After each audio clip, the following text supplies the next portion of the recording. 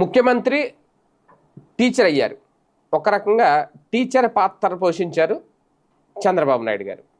ఈ parents teacher meeting ఏదైతే ఉందో అందులో ఈ పాత్ర పోషించారు. సత్యసాయి జిల్లా కొత్త చెరువు జడ్పీ పాఠశాలలో నిర్వహించిన సమావేశానికి హాజరై విద్యార్థులకు కాసేపు పాఠాలు బోధించారు. వనరులు అనే సబ్జెక్టుపై సవివరంగా పాఠాన్ని బోధించిన చంద్రబాబు నాయుడు గారు విద్యార్థులతో సమాధానాలు కూడా చెప్పించి ఆకట్టుకున్నారు. ఈ వీడియో ఇప్పుడు సోషల్ మీడియాలో బాగా వైరల్ అవుతోంది. ఆ ఫోటోలు కూడా ఆన్లైన్లో ట్రెండ్ అవుతున్నాయి.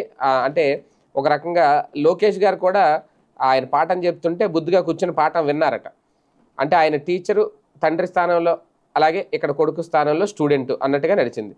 ప్రస్తుతం చంద్రబాబు నాయుడు గారి 4.0 ప్రభుత్వంలో ఈ సరికొత్త కార్యక్రమాలతో ప్రజలకైతే చేరువవుతున్నారు. ఈ మధ్యన ఇళ్ళకి వెళ్తున్నారు, వాళ్ళ ఇంటికి వెళ్ళి టీ తాగుతున్నారు, వాళ్ళతో మమేకం అవుతున్నారు, కాసేపు మాట్లాడుతున్నారు.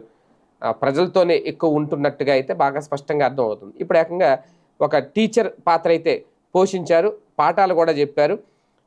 అలాగే అందరినీ భవిష్యత్తులో ఏం అవ్వాలనుకుంటున్నావు ఏంటి అనేది అందరితో మాట్లాడుతూ తన చదువు విషయాలను కూడా అప్పట్లో పేరెంట్స్ మీటింగ్స్ ఉండేవా, పేరెంట్స్ వచ్చేవారా కాదా, వాళ్ళ నాన్నగారు వచ్చారా ఏంటి, ఇవన్నీ కూడా ఆయన అక్కడ ముచ్చటించారు పిల్లలతో. దాంతో ఏమవుతుందంటే ముఖ్యమంత్రి స్వయంగా వచ్చి పాఠాలు బోధించడం, వాళ్ళతో మాట్లాడడం పిల్లలకి చాలా ఆనందంగా ఉంటుంది, చాలా అప్రిషియేట్గా ఫీల్ అవుతారు. ఎందుకంటే అంత పెద్ద స్థాయి వ్యక్తి రావడం అనేది. ఎందుకంటే నేటి పిల్లలే రేపటి భావితరాలు అంటారు కదా, అలాగా నేటి పిల్లలే రేపటి పౌరులు అన్నట్టు ఖచ్చితంగా వీళ్ళకి ఇక్కడ ఓటు బ్యాంకు రాజకీయం అన్నీ చూడకూడదు.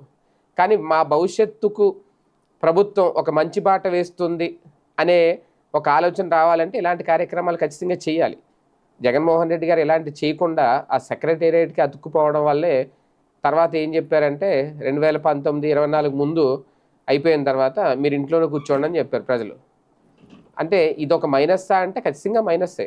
ఇది రేపొద్దున ఇదే ప్లస్ అవుద్దా అంటే మళ్ళీ అధికారంలోకి రావడానికి బాబు గారికి చూడాలి.